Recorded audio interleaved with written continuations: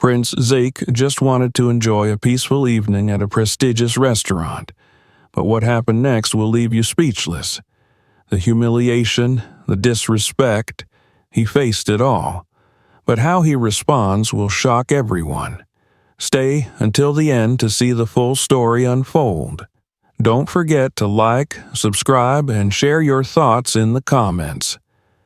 Prince Zeke, a black member of the Saudi Arabian royal family, had grown up in a world where respect followed him everywhere. In his homeland, his name commanded admiration, doors opened without question, and people treated him with a level of deference that was second nature. But here, in America, he wanted something different. He wanted anonymity, a chance to see how the world functioned when no one knew his title or the wealth he possessed. During his stay in the United States, Zeke had purchased an upscale restaurant, renowned for its culinary excellence and refined clientele. He had chosen the establishment carefully, drawn to its reputation as a place of elegance and high standards. But soon after finalizing the acquisition, whispers reached his ears. Rumors, murmurs of something insidious lurking beneath the restaurant's polished surface. Customers who didn't fit the unspoken criteria of high society were treated differently, subtly dismissed, given poor service, or even discouraged from returning. Some claim that discrimination thrived in the very heart of this seemingly pristine establishment. Zeke found the claims disturbing. He had built his empire with a belief in fairness, in the dignity of all people, regardless of status or appearance. If such prejudice had taken root in his own restaurant, it had to be exposed and eradicated. He had no interest in relying solely on reports from his managers or secret investigators. If he wanted the truth, he would have to see it with his own eyes. That evening, Zeke left behind his usual refined attire and instead dressed in a way that made him indistinguishable from any other ordinary man. A simple pair of jeans, a plain, slightly worn sweater, and sneakers. His meticulously groomed beard remained, but without the usual touches of refinement that marked him as someone of importance. Without bodyguards or assistants, he made his way to his own restaurant as just another guest, prepared to experience firsthand how the staff treated someone they believed was an outsider. The restaurant was as grand as he remembered. Soft lighting illuminating polished wooden floors, crystal chandeliers hanging from the ceiling, the air thick with the aroma of exquisitely prepared dishes. The quiet hum of conversation blended with the clinking of glasses and the gentle rustle of waitstaff moving between tables. A place of sophistication, indulgence, and escape. Yet, as he stepped inside, he noticed it immediately. The shift in energy, the small but undeniable change in atmosphere as soon as he entered. He felt the subtle glances cast in his direction, the quick, assessing looks from both the staff and some of the patrons. He wasn't greeted with the warmth or effortless politeness that the restaurant prided itself on. Instead, he was observed, silently judged. The response was not hostile, but it was certainly not welcoming either. Zeke walked towards an empty table near the entrance and took a seat. He waited. Other guests arrived after him, yet they were promptly attended to. He remained unnoticed. Minutes passed, a group of well-dressed customers entered, and a hostess rushed forward with a bright smile, leading them to their seats and engaging them in friendly conversation. A waiter passed by Zeke's table twice without a glance in his direction. The irritation began to creep in, but he reminded himself why he was here. He needed to observe, to see how deep this rot went. At last, after nearly 15 minutes, a young waitress approached. Her name tag read Jessica. She stood before him, her posture rigid, her expression unreadable but noticeably lacking warmth. "Yes?" she asked, her tone flat. Zeke met her gaze calmly. "Good evening. I'd like to order a meal." Jessica hesitated, giving him a once-over, her lips pressing together. It was subtle, but he caught it. The flicker of evaluation, the brief moment where she assessed his worthiness. After a pause, she pulled out her notepad. "Fine. What would you like?" There was no customary smile, no welcoming small talk, just impatience. "The house special, please," he said, keeping his voice polite. Jessica scribbled the order without enthusiasm, barely masking the sigh that escaped her lips. "All right," she muttered and turned away without another word.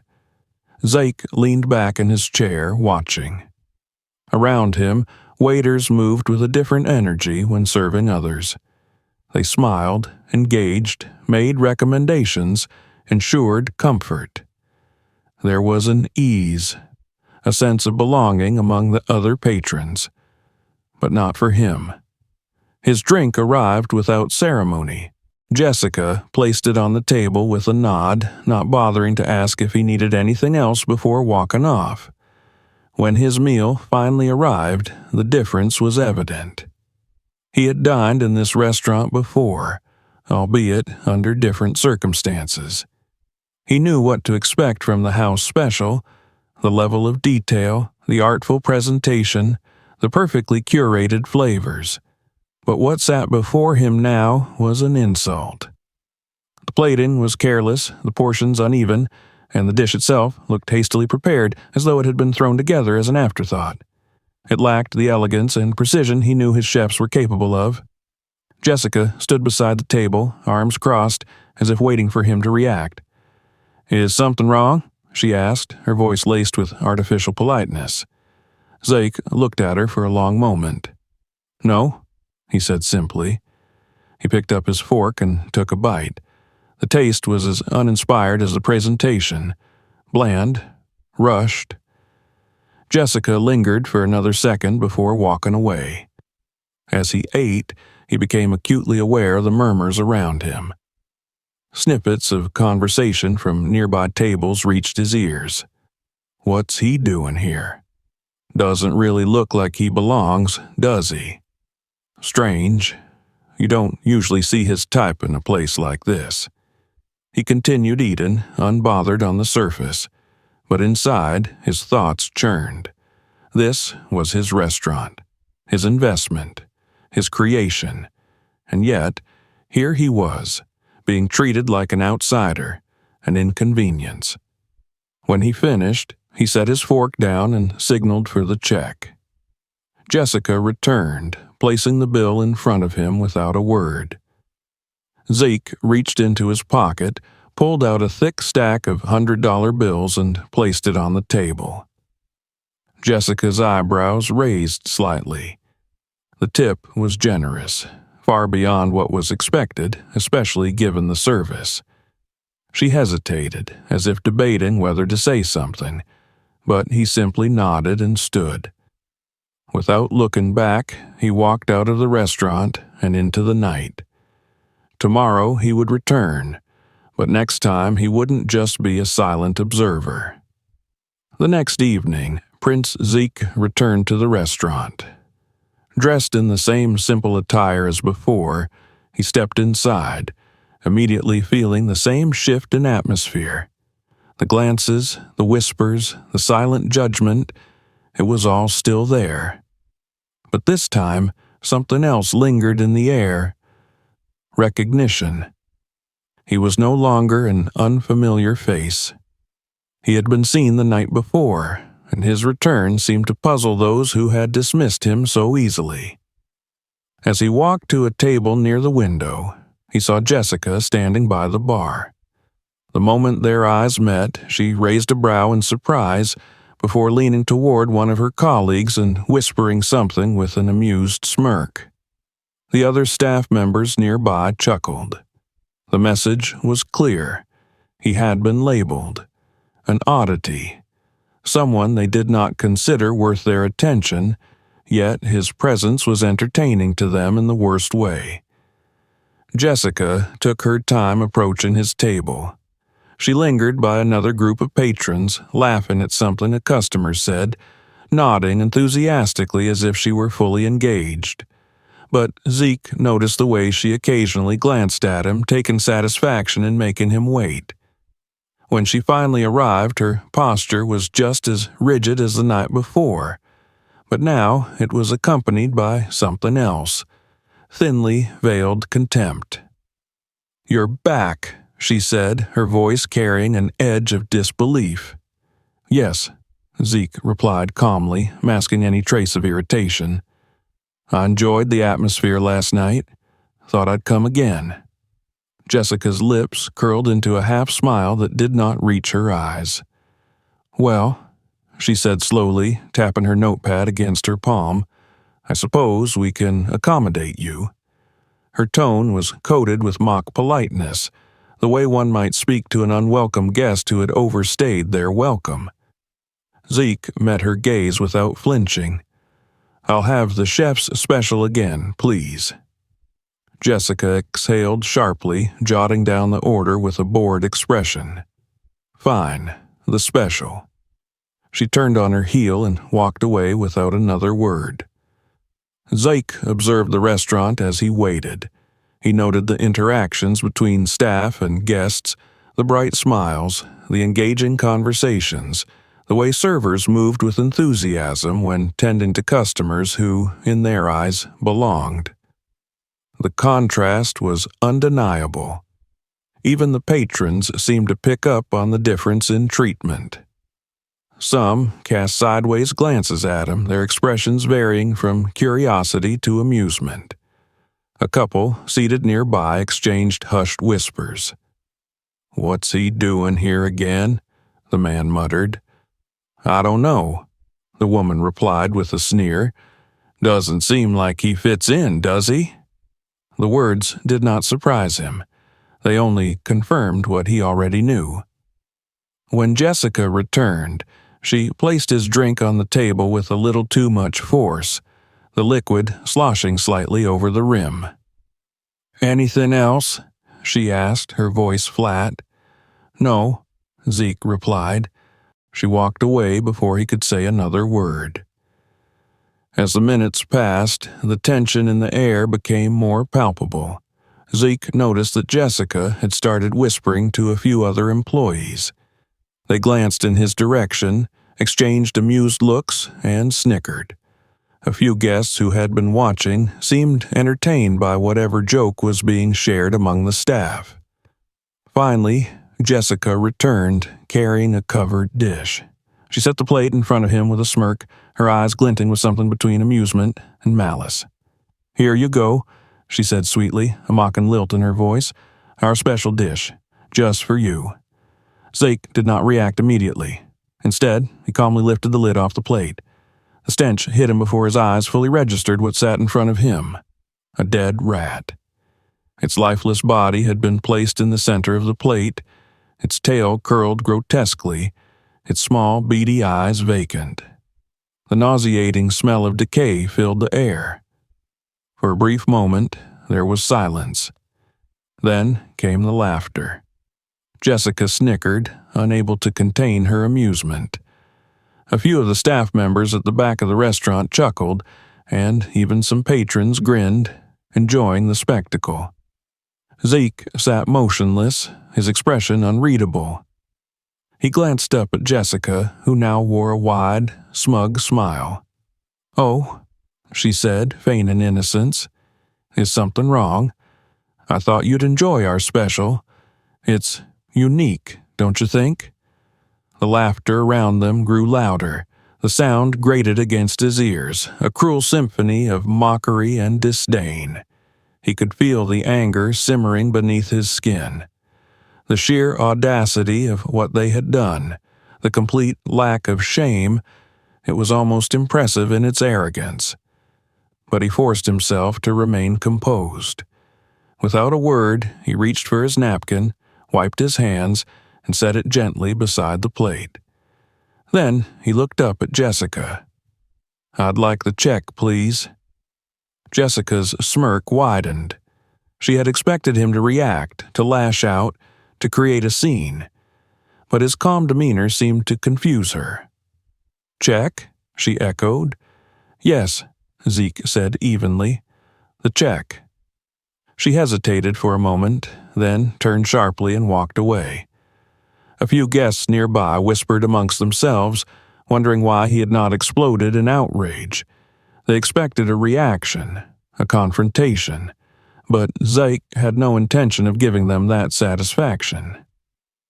Jessica returned a moment later, tossing the bill onto the table with a little too much force. "Here you go," she said, her voice dripping with sarcasm. Zeke took a deep breath, pulled out his wallet, and placed several large bills on the table. More than enough to cover the cost. More than enough for a tip, though not for the one who had served him. Jessica's eyebrows lifted slightly in surprise. He met her gaze for a final time. Then he stood, buttoned his coat, and walked toward the door. As he reached the exit, he paused, taking one last look around the restaurant. The staff, the patrons, the laughter. They would regret this. All of them. He stepped out into the cool night air, his decision already made. Tomorrow he would return, but next time he would not be coming as an anonymous guest. He would return as the rightful owner of this establishment. And the people who had laughed, who had mocked, who had looked down on him, they would face the reckoning they deserved. The next evening, Prince Zeke arrived at the restaurant, but this time he did not come alone. He stepped out of a sleek black vehicle, accompanied by his security team and several other individuals, journalists, legal representatives, and even uniformed police officers. The moment he crossed the threshold of his own establishment, the laughter and murmurs that had once filled the space faded into stunned silence. The atmosphere inside the restaurant shifted instantly. The staff, who had mocked him only a night before, now stood frozen in place, their expressions shifting from casual amusement to barely concealed panic. Jessica, who had been chatting near the bar, turned and locked eyes with him. At first, confusion flickered across her face, followed by dawning recognition, and then fear. Zeke walked further into the restaurant with the steady, confident strides of a man who was exactly where he was meant to be. His presence alone demanded attention, but it was the group trailing behind him that truly made the weight of the moment sink in.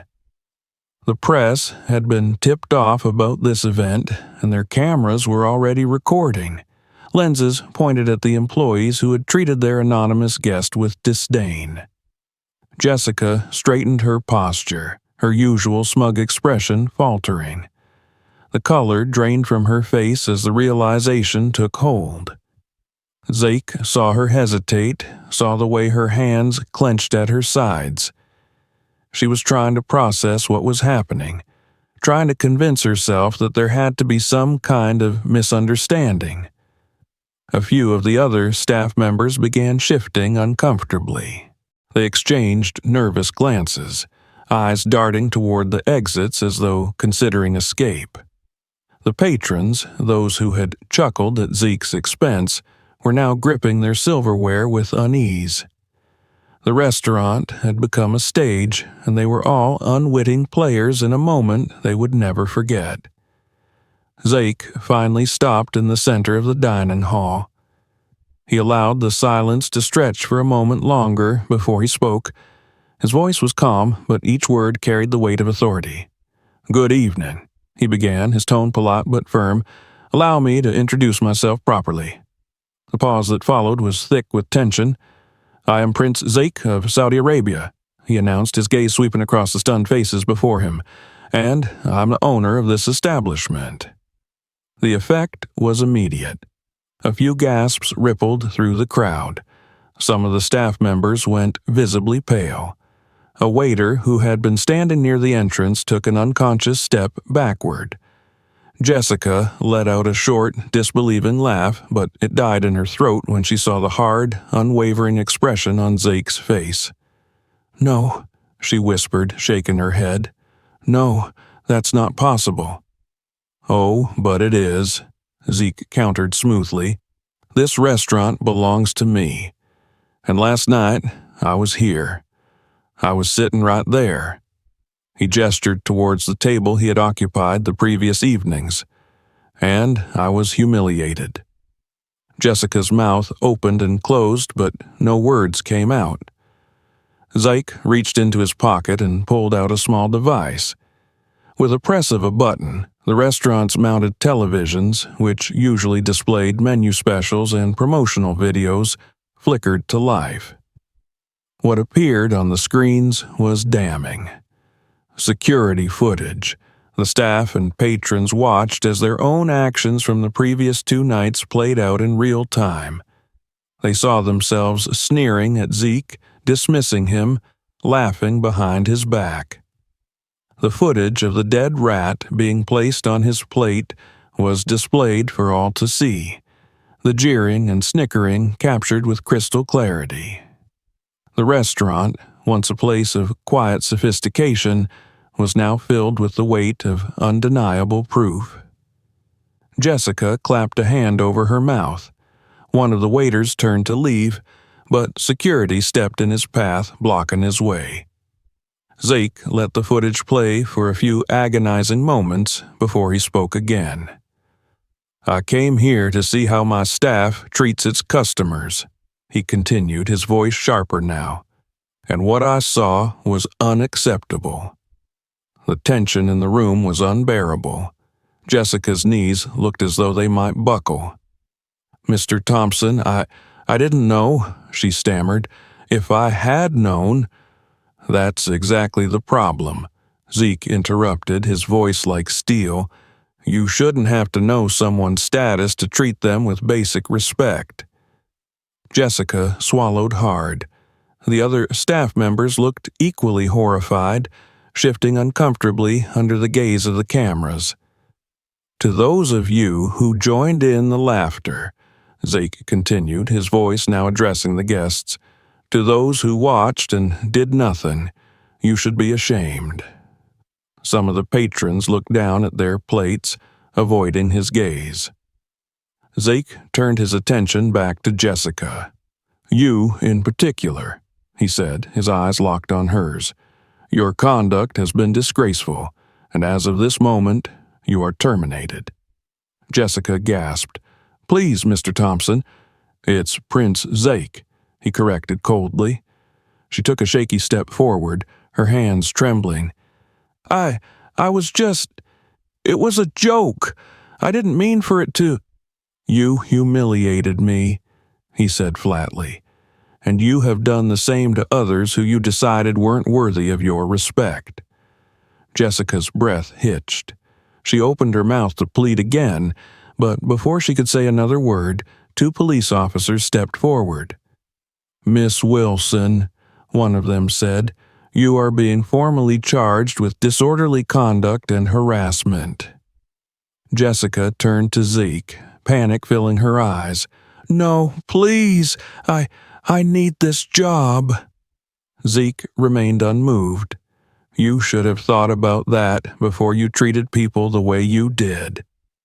The officers took her by the arm, and she let out a choked sob. As they led her towards the exit, the rest of the restaurant remained silent. No one came to her defense. When she was gone, Zeke took a deep breath and turned back to the remaining staff. "I want you all to listen carefully," he said, his tone quiet but deadly serious. "What happened here is a disgrace. This restaurant was meant to be a place of excellence, a place where people are welcomed. That is what it will be from now on." The remaining staff members stood in stunned silence. Some nodded quickly, others looked as though they wanted to disappear. Zeke's gaze swept over them once more. "Anyone who does not believe in that vision is free to leave." No one moved. Good, Zeke said, his tone final, because changes are coming. With that, he turned and walked toward the exit, his security team following closely behind. The cameras were still rolling, and by the next morning, the world would know exactly what had happened here. The morning after Prince Zeke's dramatic revelation, the restaurant was no longer the same. The air was thick with unease as the remaining employees gathered in the dining hall, their usual confidence replaced with uncertainty. The usual murmurs of pre-service chatter had been replaced with anxious silence. Every single person knew that today would not be business as usual. Today was the reckoning. Prince Zeke arrived before the doors officially opened, dressed in his usual refined attire, no longer hiding, no longer an anonymous patron to be ridiculed. He was accompanied by his personal team, legal advisors, and operational managers, all of whom had been briefed on the drastic changes that were about to take place. Unlike the last 2 nights, the staff no longer ignored him, no longer dared to meet his gaze with indifference. Now they stood frozen in anticipation, their faces lined with anxiety, as if waiting for a final judgment that they feared but knew was coming. Zeke walked to the center of the dining hall and turned to face them. He allowed the silence to stretch for a moment longer before speaking. "I will not waste words," he began, his voice sharp, authoritative. "What happened here last night was an embarrassment, not just to me, but to this establishment, to what it was meant to represent. I built this place with a vision, one of excellence, inclusivity, and dignity. And yet, somewhere along the way, that vision was twisted into something rotten." The employees looked down, some shifting uncomfortably. Zeke continued, his gaze sweeping over them. "Some of you participated in that rot. Some of you encouraged it. Others simply stood by and watched. Regardless of your role, one thing is clear. This restaurant has been infected by a toxic culture, and as of today, that ends." The weight of his words settled over them like a storm. "If you believe that you are better than the guests who walk through these doors, leave now," Zeke said, his voice unwavering. "If you think you can continue treating people with the same disregard, leave now. If you cannot commit to the standards that I demand, leave now." The ultimatum hung in the air. The staff members exchanged glances. A few, hesitating, slowly began to step away from the group, their faces pale with the realization that they would not be welcome here under the restaurant's new order. A chef, an older man who had been among those sneering in the background the night before, pulled off his apron and muttered something under his breath before heading for the exit. 2 waiters followed, their faces set in resignation. Zeke nodded slightly, his expression unreadable. Better to leave now than to pretend you can change when you don't truly believe in what this restaurant should be. Once those who had chosen to abandon the establishment were gone, he turned his attention to the employees who remained. Their faces were serious, some afraid, some resolute.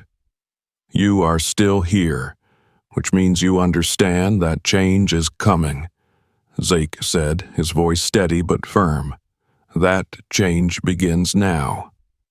A young waitress, Emily, who had always been professional in her conduct and had kept her distance from the previous night's cruelty, stepped forward. "Mr. Thompson," she caught herself correcting. "Prince Zeke, what exactly will that change involve?" Zeke nodded, expecting the question. "First, every single remaining employee will undergo intensive customer service training, focusing on professionalism, respect, and inclusivity. These new standards will not be optional." He motioned toward one of his advisors who stepped forward with a clipboard. "Each of you will be given the opportunity to commit to these new expectations. Those who fail to meet them will be removed." The room was silent, but no one objected. "Second, we are implementing a mentorship program," Zeke continued. "Senior staff members will guide new employees, ensuring that the mistakes of the past are not repeated. This restaurant will no longer be a place where people are judged by their appearance or background. It will be a place of excellence for all." A murmur rippled through the staff. Some of them nodded, their expressions shifting from unease to something resembling understanding. "Third, and most importantly," Zeke's voice dropped lower, colder. "Let what happened to Jessica serve as a warning. No one is above consequence. Any act of discrimination, disrespect, or unprofessional behavior will be met with immediate dismissal. There will be no second chances." The tension in the room was palpable. "Those of you who are willing to commit to this vision will have my trust," Zeke finished. "Those who cannot will not be part of this restaurant moving forward." The weight of his words settled heavily over the employees. A few exchanged glances before stepping forward to sign the commitment documents. Others hesitated before following. Some, however, still seemed apprehensive. One of the managers, a man named Carl, finally spoke up. "Your Highness, we didn't know who you were. If we had..." Zeke cut him off with a cold stare. "And that is precisely the issue, Carl. You shouldn't have needed to know my identity to treat me with dignity. The fact that you believe status should dictate respect is the very thing that will no longer be tolerated here." Carl swallowed hard but nodded, stepping back into place without another word. The final papers were signed. Those who remained understood the gravity of their commitment. There would be no more leniency, no more excuses. Zeke took one last look around the room. The restaurant still stood, but its foundation had been shaken, its core uprooted. That was the only way change could begin. "Tomorrow," he said, his voice unwavering, "we rebuild." And with that, he turned and walked out, leaving the remaining staff standing in silence, their fate now set in motion. A month had passed since the night that changed everything. The restaurant, once tainted by arrogance and prejudice, had undergone a transformation so profound that those who had witnessed its darkest moments would scarcely recognize it now. The toxic atmosphere that had festered beneath the surface was gone, stripped away piece by piece through meticulous reform, rigorous training, and an unwavering commitment to excellence. Prince Zeke had ensured that every aspect of the establishment reflected his vision, a place where all were welcome, where no one was judged by appearance, and where respect was not a privilege granted selectively, but a standard upheld universally. The moment patrons stepped through the entrance, they could sense the shift. The energy was different, no longer weighed down by unspoken biases or quiet exclusions. The staff, once dismissive and smug, now moved with purpose, with sincerity. They greeted guests with genuine warmth, served with attentiveness, and treated each customer as though they were the most important person in the room. The fear that had gripped them in the immediate aftermath of Zake's reckoning had long faded, replaced by a sense of pride in their work. They had learned, adapted, and, most importantly, they had changed. At the entrance of the restaurant, a newly installed plaque gleamed under the soft lighting. The inscription was simple but powerful. "In this place, all are welcome, all are respected, all are valued. May every guest who walks through these doors feel the warmth of kindness and the strength of community." It was more than just words. It was a declaration of what the restaurant had become, a permanent reminder to both staff and patrons that the mistakes of the past would never be repeated. Prince Zeke stood near the bar, observing the evening service with quiet satisfaction. He had not returned to his anonymous attire since revealing his identity. He no longer needed to. The purpose of his disguise had been fulfilled, the message delivered. Now he was recognized not as an outsider to be dismissed, but as the visionary who had reclaimed his own establishment from the decay of prejudice. He watched as Emily, the waitress who had been among the few who had not participated in the discrimination, guided a group of first-time visitors to their table with an effortless grace. She had proven to be an exceptional leader, someone who had embraced the changes wholeheartedly and had helped others adjust. Under Zeke's direction, she had been promoted to head waitress, a role she had earned through her professionalism and unwavering commitment to the new standards. Nearby, a new hire, someone who had not been present during the scandal, stood attentively as an older employee explained the expectations for service. The mentorship program was already proven to be a success, ensuring that every new staff member understood what was required of them. The restaurant was full tonight, as it had been for the past several weeks, but the crowd was different from what it had once been. No longer was the space reserved only for the wealthy elite who fit an unspoken mold. Now, the restaurant welcomed all, business professionals, families, travelers, and locals alike. The once rigid exclusivity had been shattered, replaced with an openness that drew guests from all walks of life. Word of Zeke's actions had spread far beyond the city. News outlets had covered the story extensively, and social media had exploded with discussions about the prince who had exposed discrimination in his own establishment and turned it into a model of fairness. Some people had expected the controversy to damage the restaurant's reputation, but the opposite had happened. The transformation had only strengthened its status, drawing even more patrons who wanted to support what it now represented. As the evening service reached its peak, Zeke stepped forward, drawing the attention of his staff. They gathered around, their expressions a mixture of pride and anticipation.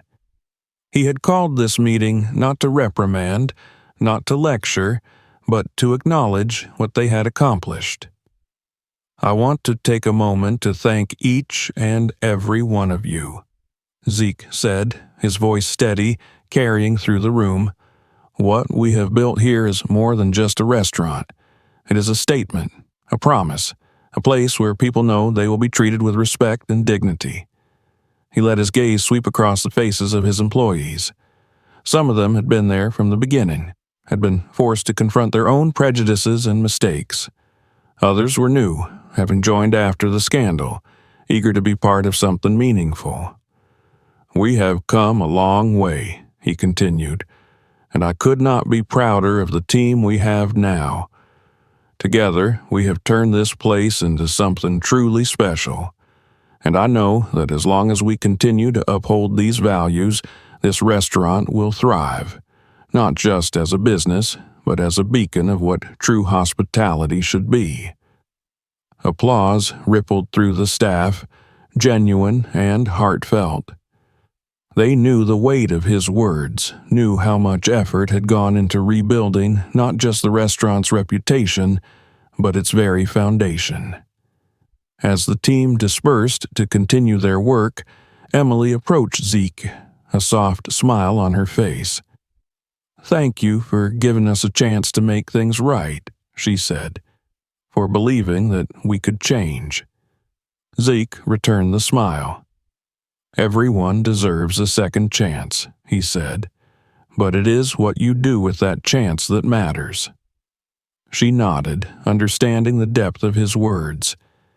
As the night progressed and the restaurant buzzed with life, Zeke stepped outside for a moment, breathing in the crisp evening air. The city lights stretched before him, the sounds of laughter and conversation spilling from the restaurant's open doors. He had done what he set out to do. He had turned a place of exclusion into one of belonging, had taken something broken and made it whole again. There would always be challenges. Maintaining this environment would require vigilance, effort, and a continued commitment to the principles he had put in place. But he was ready for it. The restaurant would not backslide into what it had once been. Not as long as he had a say in it. With one last glance at the restaurant, the symbol of everything he had fought to change, Prince Zake stepped back inside, ready to embrace whatever came next. Justice has been served, but this is more than just one story. It's a lesson in respect, dignity, and standing up for what's right. What would you have done in this situation? Let us know in the comments. If this story moved you, make sure to like, subscribe, and share to support more content like this. See you in the next video.